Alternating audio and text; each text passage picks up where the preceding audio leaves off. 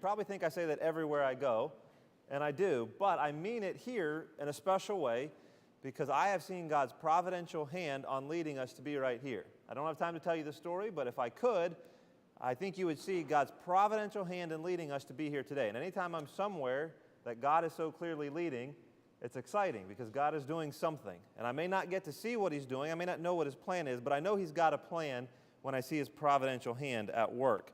This morning I want to bring a lesson to you on missions, and I want to try to answer a question, and you're going to have to bear with me because we're not going to answer the question until all the way at the end. We're going to kind of take a journey to get there. But I want to answer the question, what does it take to be a missionary?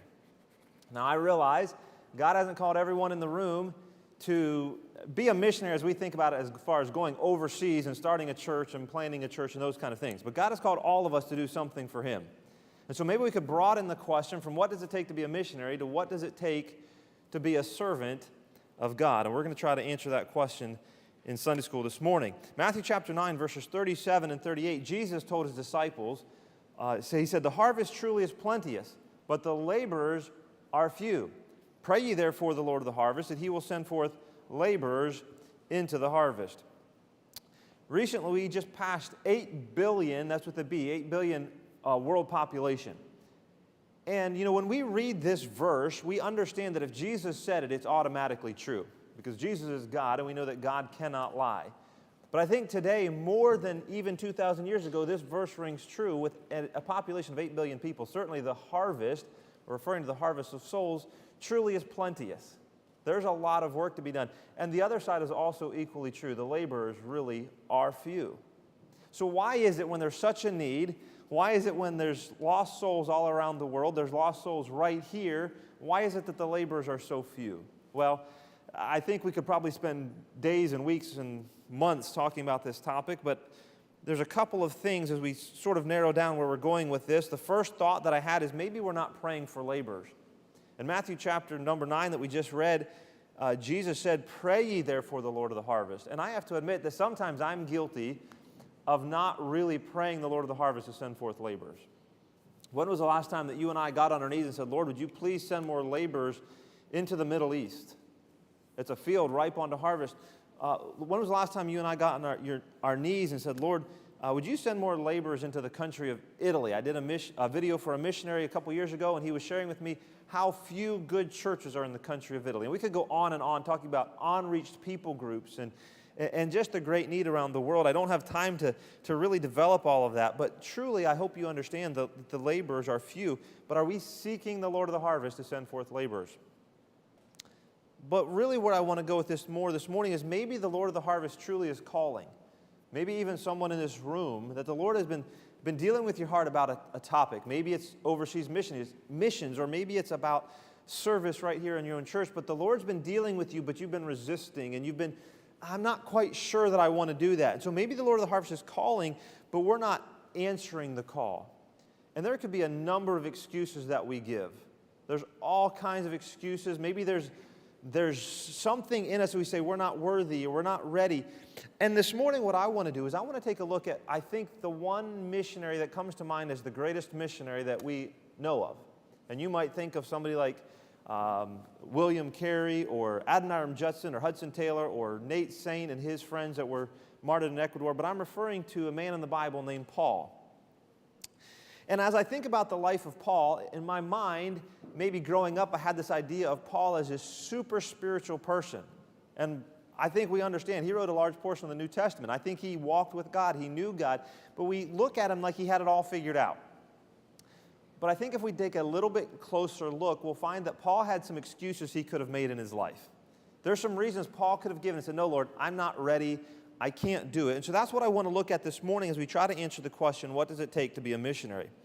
So if you turn first to Acts chapter number 7 and Acts chapter number 8.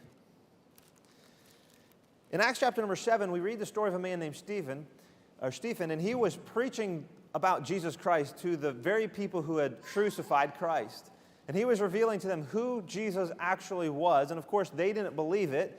They didn't like it. And they got pretty upset about it. If you look at the end of Acts chapter number 7, in verse number 56, it says, "And and this is Stephen speaking, said, "And behold, I see the heavens open and the Son of Man standing on the right hand of God."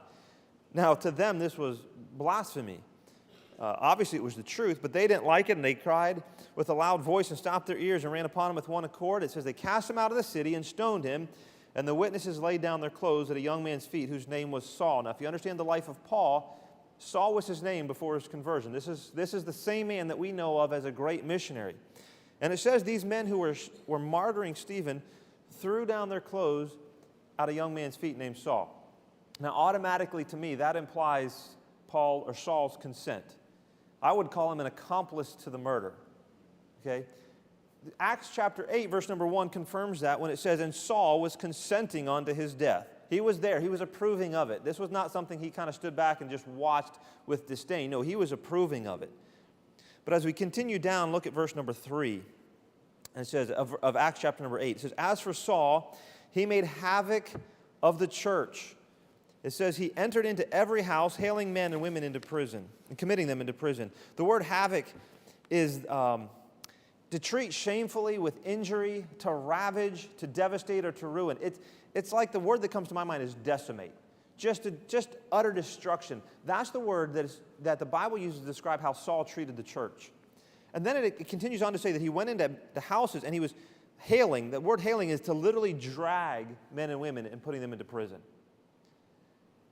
This is just sort of the way my brain works, but it says he was dragging men and women into prison. What does it say about children? It doesn't say, but I wonder if maybe he was leaving children to be orphaned on the street. I don't know. But what's my point in all of this? There came a point when we understand that Saul was converted. He believed who Jesus really was. And somewhere in his life, he came to the point where he realized God was not just calling him to be a Christian, but to be a servant of God. And don't you think that Paul, maybe in his humanity, just like you and I, he said, God, I don't think I can serve you because of my past.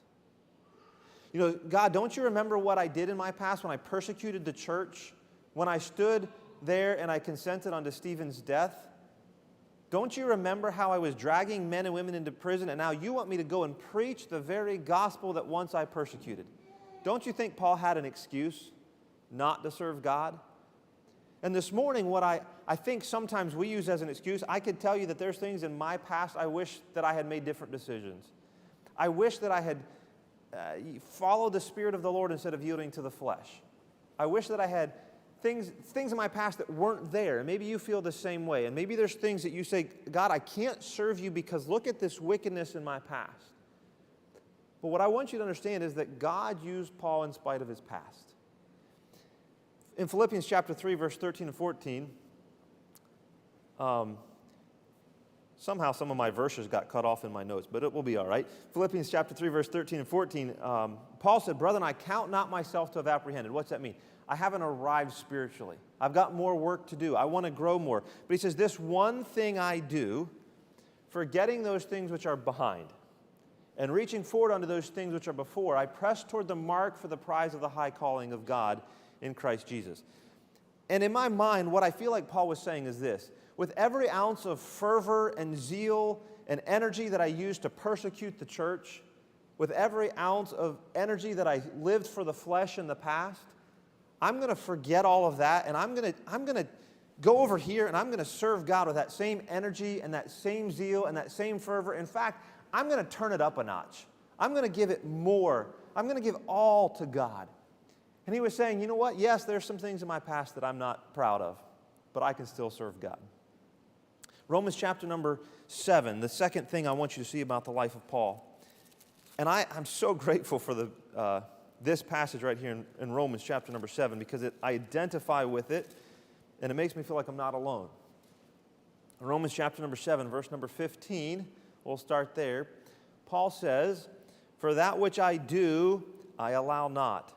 For what I would, that do I not, but what I hate, that do I." Now, isn't that confusing when Paul says, the thing that I hate, that's what I'm doing? He says, "If then I do that which I would not, I consent unto the law, that it is good. Now then, it is no more I that do it, but sin that dwelleth in me. For I know that in me, that is in my flesh, dwelleth no good thing." Boy, would I ever relate to that. In me, without the Spirit of God living in me, there is no good thing. Then he says, for to will is present with me. What's that mean? The desire to do right is present with me. Do you feel that way? I do. The desire to do what's right, the desire to please God is present with me. But then he says, but how to perform that which is good I find not. Do you ever feel that way? I'm telling you, I want to serve God. I want to do what's right. I want to do what's good, but man, somehow I just can't figure out how to do it. And the flesh is strong, and I fail. And he says, for the good, in verse number 19, the good that I want to do, I do it not. But the evil which I don't want to do, it says, which I would not, that I do. And it's this conflict of the spirit and the flesh that's living in us to say, I know what's right, and I want to do what's right, and I want to please the Lord. But man, this old man and the flesh that's in me is so strong, and there's this constant battle. And so maybe Paul could have used this excuse. I know I'm saved, and I know I'm going to heaven, but I still struggle with sin. And maybe I can serve God in the future once I grow and once I get it all figured out. But what I want you to understand is that even in this context, Paul is saying, yes, I still struggle with sin, but look at how God used Paul. Now, I understand there are certain sins and there are certain things in our life that will limit our ministry. And I'm not talking about living in open sin and, in a way that you don't even care. But we're talking about somebody who has the desire to serve God, the desire to do what's right. And you feel like, but I still have this sin nature, and I'm struggling, and maybe I'm not worthy to serve God. Look at how God used Paul in spite of this conflict between the spirit and the flesh that Paul faced. You know what I find really fascinating is 1 Timothy chapter 1, verse 15. Paul was writing to Timothy, and he said that Jesus Christ came into the world to save sinners, of whom I am chief. Now, what's fascinating about this to me is Paul didn't say that I was the chiefest of sinners. Back there when I was persecuting the church, at that time, I was the chiefest of sinners. No, what he was saying here, this is later in his life. He's writing to Timothy as a mentor, and he's saying, even now, even in all that I've been able to do for the Lord, I still view myself as the chiefest of sinners. And that's appropriate for us to view ourselves in the light of a holy God, but recognize that in spite of this, God can still use us. I want you to turn to Ephesians chapter 6, and before we even read it, I want to tell you the third excuse that I believe Paul could have made. Paul could have said, I am not bold enough. Now, before we read this passage, you're probably thinking, why would you say Paul was not bold enough? Well, how could have that been Paul's excuse? Because Paul preached on a castle in front of people that wanted to kill him. He preached in front of rulers and magistrates. He preached to soldiers that were chained to him. Paul seemed to preach to everybody. It didn't seem like he had a problem. How could you say that Paul was not bold enough? Well, look at Ephesians chapter number 6. In Ephesians chapter 6, we're reading about the whole armor of God. And then in verse number 18, Paul continues on by talking about prayer. And so let's read verse number 18. It says, praying always with all prayer and supplication in the Spirit, and watching thereunto with all perseverance and supplication for all saints. So this whole verse is talking about prayer, and he's ending with supplications or pleading for all saints. And then look at verse number 19. It's not a new thought. This is a continuation of the topic of prayer. He says, and for me. What's he saying? This is my prayer request for me. When you're praying for all saints, this is what I want you to pray for me. That utterance may be given unto me, that I may open my mouth boldly to make known the mystery of the gospel, for which I am an ambassador in bonds, that therein I may speak boldly as I ought to speak. So here, Paul, we don't have a lot of prayer requests that Paul was giving for himself. Hey, pray for me about this. But this is one that he gave. He was saying, pray for my boldness. Now, in this room, there's probably a pretty broad spectrum of personalities. And one of those personality traits that we have is like introverted and extroverted, right? Now, I tend to be, believe it or not, on the more introverted side. I would probably rather go sit in the sound room where those guys are than be down here.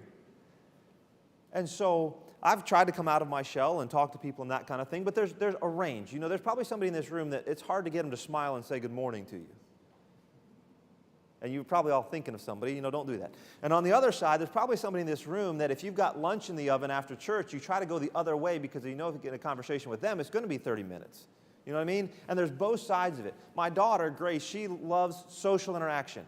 Sundays after church, if we're at home, she says, who can we have over for lunch today? She wants somebody to come to the house because she thrives on social interaction. Now, no matter whether you're the person who, you'd just rather not talk to anybody ever again. You'd rather go live in the mountains by yourself. Or whether you're the person that thrives on social interaction, I think we all have the same struggle with boldness to share the gospel. And Paul may have been more on the extroverted side. Maybe that was more natural to him. But he still asked prayer for boldness to share the gospel. And so maybe what you're thinking this morning is, but I'm just not bold enough to serve. I'm not bold enough to teach. I'm not bold enough to be a missionary. I'm not bold enough to share the gospel. Well, what did Paul do? He asked for prayer for more boldness. In spite of that personality, in spite of your extrovertedness or introvertedness, God can use you. You know, Paul could have said this as an excuse. He could have said, I can't serve God because I'm not an eloquent speaker. And this kind of ties in with the boldness thing, but in 1 Corinthians chapter 2, verses 1 through 5, we won't turn there right now, but he said, I come to you with weakness and fear and much trembling.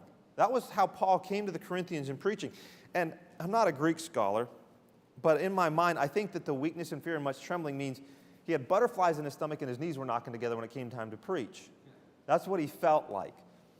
And so the other interesting thing is in Acts chapter 18, verse 24, there was a contrast made between Paul and a man named Apollos. And I'll read it. It says, and a certain Jew named Apollos, born at Alexandria, an eloquent man, mighty in the scriptures, came to Ephesus. So Apollos was described as an eloquent man. He had the flowery words, and he had the beautiful speech, and he was an orator. Paul, on the other hand, was described as coming to them with weakness and in fear and in much trembling. So could Paul have used the excuse, Lord, I can't serve you because I'm not an excellent orator. I don't have the eloquent speech that Apollos has. Why don't you just use Apollos and let him do it, and I'll do something else? I think Paul could have made the excuse, but look at how God used Paul in spite of that personality trait. Paul could have used this excuse, I couldn't serve God because I've been hurt by people in the ministry. Turn back to Acts chapter number 15. In Acts chapter number 15, we'll look at verse number 36.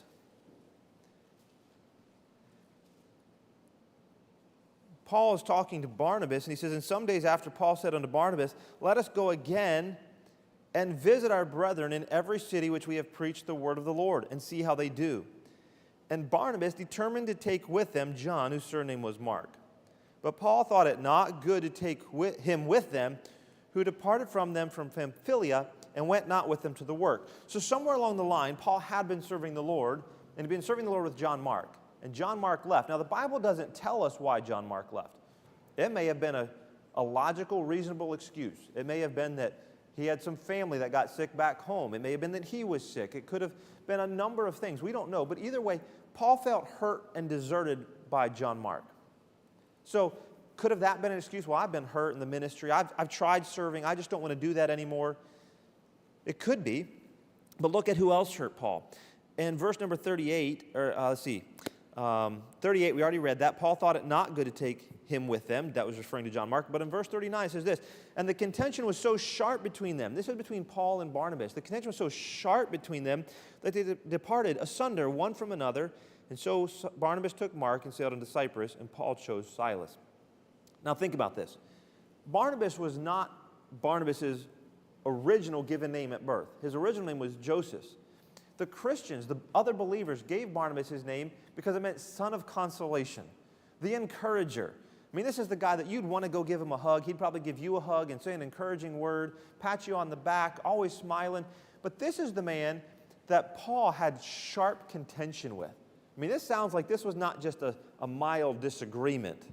This was some strong words being said. And the contention was sharp, and they went their separate ways. Could Paul have said, well, you know what? Forget it. You take John Mark, and I'm just going to stay at home. I'm not going to serve God anymore. Forget it. I'm done. He could have. He could have used that excuse, but he continued on. Paul is hurt by Demas in 2 Timothy chapter 4. For Demas hath forsaken me, having loved this present world. Now, this is a lot more strong than John Mark. This is somebody who Paul had poured his life into and then left because he loved the world more than Christ. Could have Paul been discouraged and hurt and quit? I think so.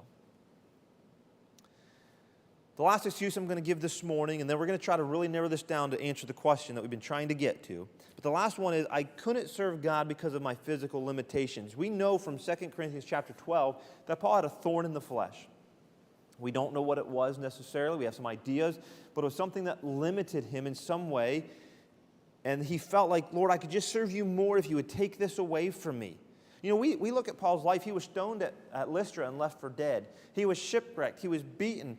And all of these different things. Could Paul have said, you know what, I'm just done. I'm done. I don't want to do this anymore. And I understand this morning that some of you have some physical things. I'm not trying to diminish them. But God still has something somewhere for you to do. Paul could have used this excuse. Lord, you know, we know that he prayed many times. And eventually the Lord gave him peace about this. But he prayed and said, would you take this away from me? And he could have just said, well, Lord, since you didn't take it away, I'm done. I'm going to quit. I'm not into it anymore. But he continued on. Look how, in spite of all of these excuses, God used Paul. So you're saying, you told us you were going to answer the question of what does it take to be a missionary, and you haven't done it yet. Well, I've kind of looked at the things that it doesn't take.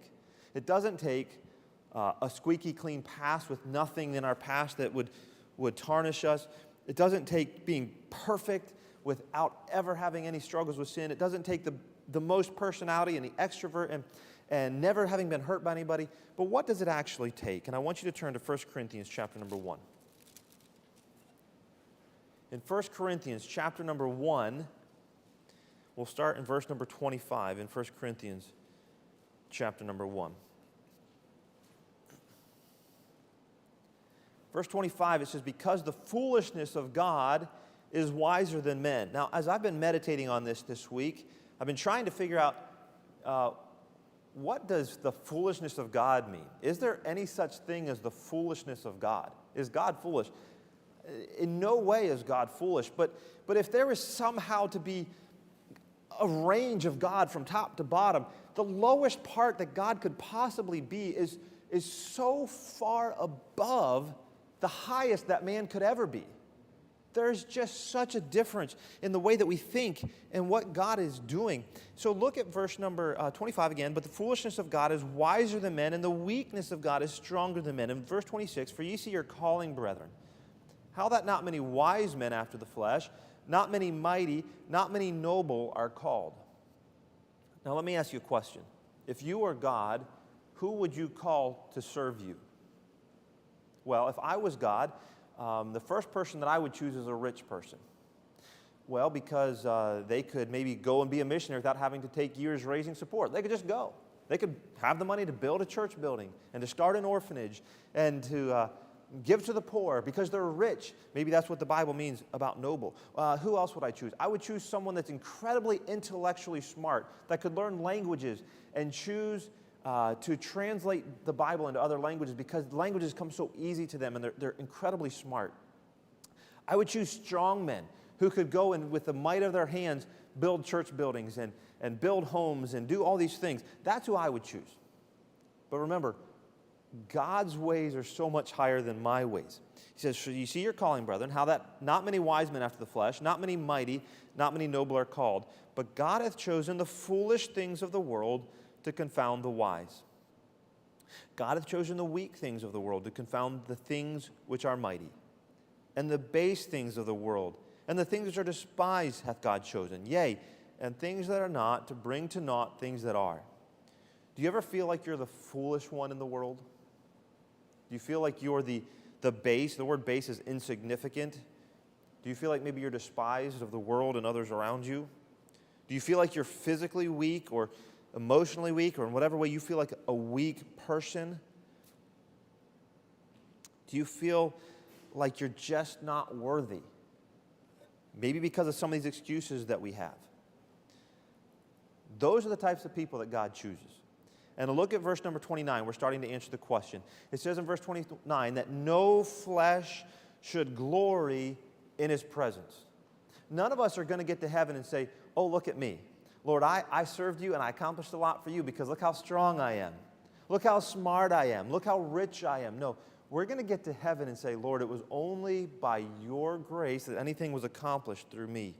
Verse number 30, but of him are ye in Christ Jesus, who of God is made unto us wisdom and righteousness and sanctification and redemption. Anything good in me has to come from God. In verse 31, we answer the question, that according as it is written, he that glorieth, let him glory in the Lord. Does God use insignificant people and base people and weak people and people of no reputation? Yes. Why? So that all of the glory can go to Him. So what does it take to be a missionary? What does it take to be a servant of God? It simply takes saying, Lord, here I am. I don't have anything to offer. I'm willing to just let go of all of the excuses I have so that anything that's accomplished through me will be for your glory. Paul said this, Galatians 6, verse number 14. But God forbid that I should glory. This is not, well, I'm going to try not to glory. This is not, well, I'll do my best not to. No, this is, God forbid, be it far from me that I would glory.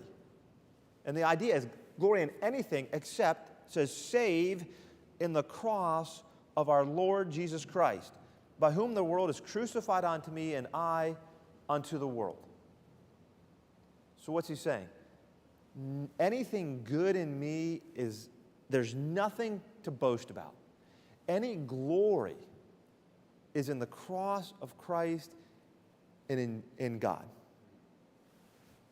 So the answer to the question, what does it take to be a missionary? What does it take to serve here in your church? What does it take to be a soul winner? Well, it's really just laying aside the excuses. Look at Paul's life. He had reasons to quit. He had reasons not to serve God. But look how God used him. When he just gave up on all of those things. He put it all in the past and he said, God, I'm not going to glory in anything but you. So are you willing this morning to lay aside all those excuses and just be used for God's glory? Let's pray. Lord, I thank you for the example of a great man in your word called Paul. Thank you that he served you and gave us much of the New Testament, Lord, for the work that he did in the ministry. Lord, help him to be an example to us in laying aside all of the excuses that we have and recognizing that it's about being used for your glory. Lord, help us. It's so easy to want the glory for ourselves, to want to gather just the recognition. Lord, please help us to be used only and fully to bring glory to you. Thank you for the cross of Jesus Christ, for your love, and for your gift of salvation. In Jesus'